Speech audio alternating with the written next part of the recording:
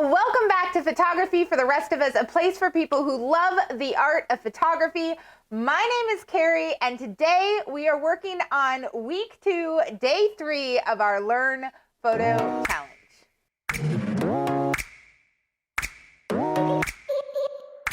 Okay guys, I have to start the day out by saying, wow, all right? I know this week is a little bit more challenging. I'm pushing you to be a little bit more creative and work a little bit harder and think outside of the box a little bit more.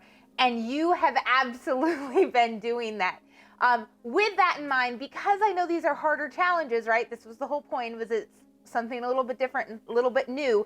That's why we only do 5 a week. So you have those 2 extra days that if you need to play catch up, you totally have that opportunity. I don't pull things for the end of the week review until late Sunday night. And then I do the filming on Monday morning, and that's Central US time. So like you've got lots of time. And if you're in Australia or New Zealand, and I know there's a few of you, you get a little bit extra time even. So I am really, really excited to see all of your images. Keep posting them, keep thinking about it, keep working. I know it can start to get overwhelming when you have to actually like figure out what the heck to do. Believe me, I know, because I have to figure out a video for each of these. But you guys are doing a great job, and it's great. All right, so yay, go you. All right, so let's move on. Day 3. This is really fun. So day 1 of week 2, right, we talked about kind of a fast shutter speed. And then yesterday was self-portraits, and I know I talked about a slower shutter speed, though it was completely up in the air. You could use whatever shutter speed you want. Today, what we're gonna do is actually kind of merge those things together, right? Like, okay, well, that'll make more sense in a second. But today's prompt is in motion blur. So I want intentional blurriness in your photos. The subject could be blurry, the background could be blurry, they both could be blurry, neither could be blurry, and there's other sort of movement in there. But intentional blur within your images. The ability to show movement in an image can be a really powerful tool, and it's not one that you use all the time, but it can be something that's really useful depending on the situation. So here's a couple of images that I've taken that use motion blur to show motion of something that obviously otherwise would be a still image because it's not video. Okay, and to get you started with that information, I have a little video that I actually filmed like this fall or this summer. It was a while ago for a class that I was teaching online. I teach, well, now with COVID, I teach online workshops. I used to teach in-person workshops. So this was not originally supposed to be released on YouTube or anything, but I did already have it, so I wanted to show you guys. But we're going to talk about panning. So panning is the act of moving your camera with a subject to keep your subject in focus, and the blur behind your subject shows the motion, right? So here's a photo on how that looks. It's the cover photo, right? And then let's go right into that video, kind of showing how to do that and the technique with my lovely daughter on her bike. Okay, so Nora and I are here, and we are going to talk about shutter speed, and we are going to do some panning. So let's check it out. First, we're going to start with, it's very windy out. First, we're going to start with a fast shutter speed as she bikes back and forth, and we're gonna freeze that action. So, Nora, super fast. Okay, so as you can see, nice frozen pictures of Nora while she's biking.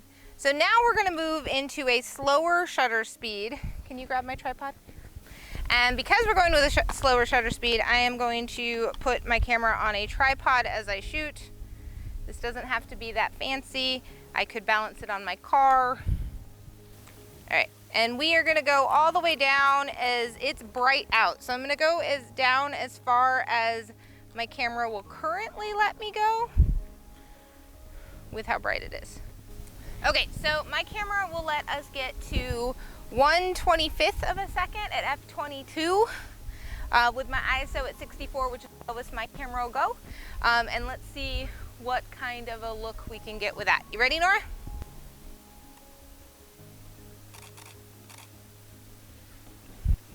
So as you can see in that video, the background is clear, but Nora is blurry, which is exactly what you would expect with a slower shutter speed. Now there's some fun things that you can do with shutter speed, which include panning, which is what we're gonna do now. So with panning, what I'm gonna do is have a slower shutter speed, but I'm actually gonna hand hold the camera and I'm gonna move the camera along with her as she goes. And hopefully we'll get a shot with the background blurry and Nora in focus. So let's try that now.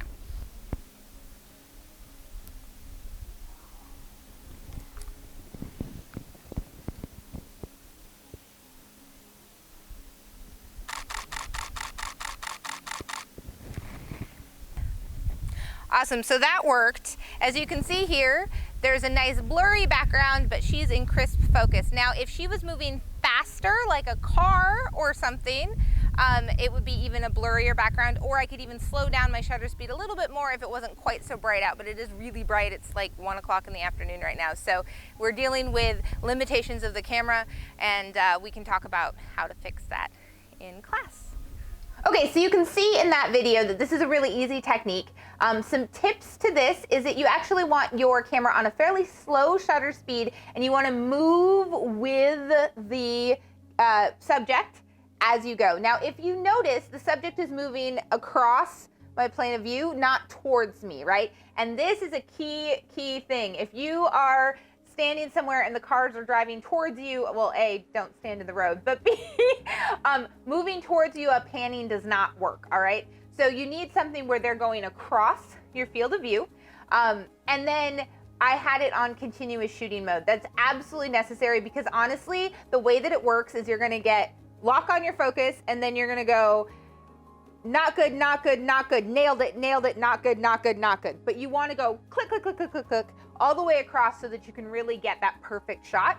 And keep in mind that like the shot that you love the most might not be completely crisp. Like their legs might still be a little blurry if they're runners, or their, you know, like there might be aspects of it that's not completely sharp, and that's fine because it's part of the feel, right? Within reason. If you like the photo, it's fine. So here's a couple of images that I've taken that use panning technique. It's actually a technique I use fairly often. I really like it.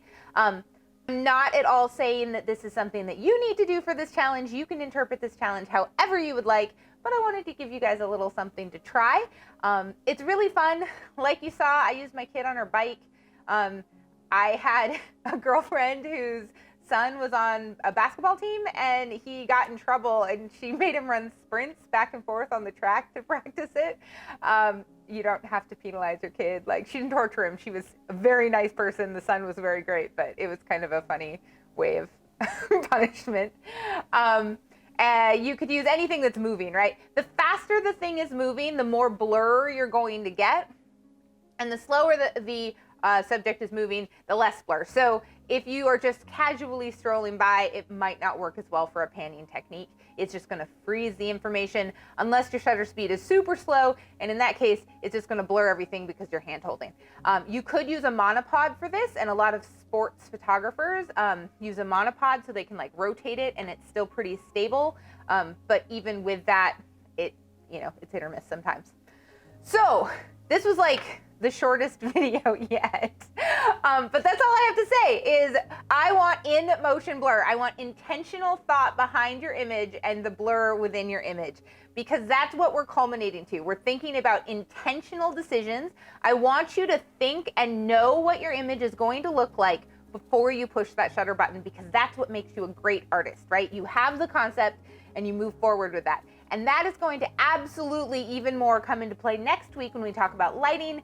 And then even beyond that, when we talk about kind of creative ideas and that, we're going to talk about styling and conceptual shooting and setting up a concept and that sort of thing. So like, we're building, so you guys are awesome that you're sticking with me and doing the work, and this is all working out great. So just because I have to say it again, please like the video if you are liking the challenge. Leave a comment below and say hi to me. You can literally just say hi. I'll say hi back. We could use emojis. It'd be fine. Subscribe if you haven't already, because That's a nice thing to do. And then share your images on our Learn Facebook group. The link is down below on the thread for week 2, day 3. And on Instagram, use hashtag LearnPhotoChallenge and hashtag photos for the rest of us so that I can find them on there.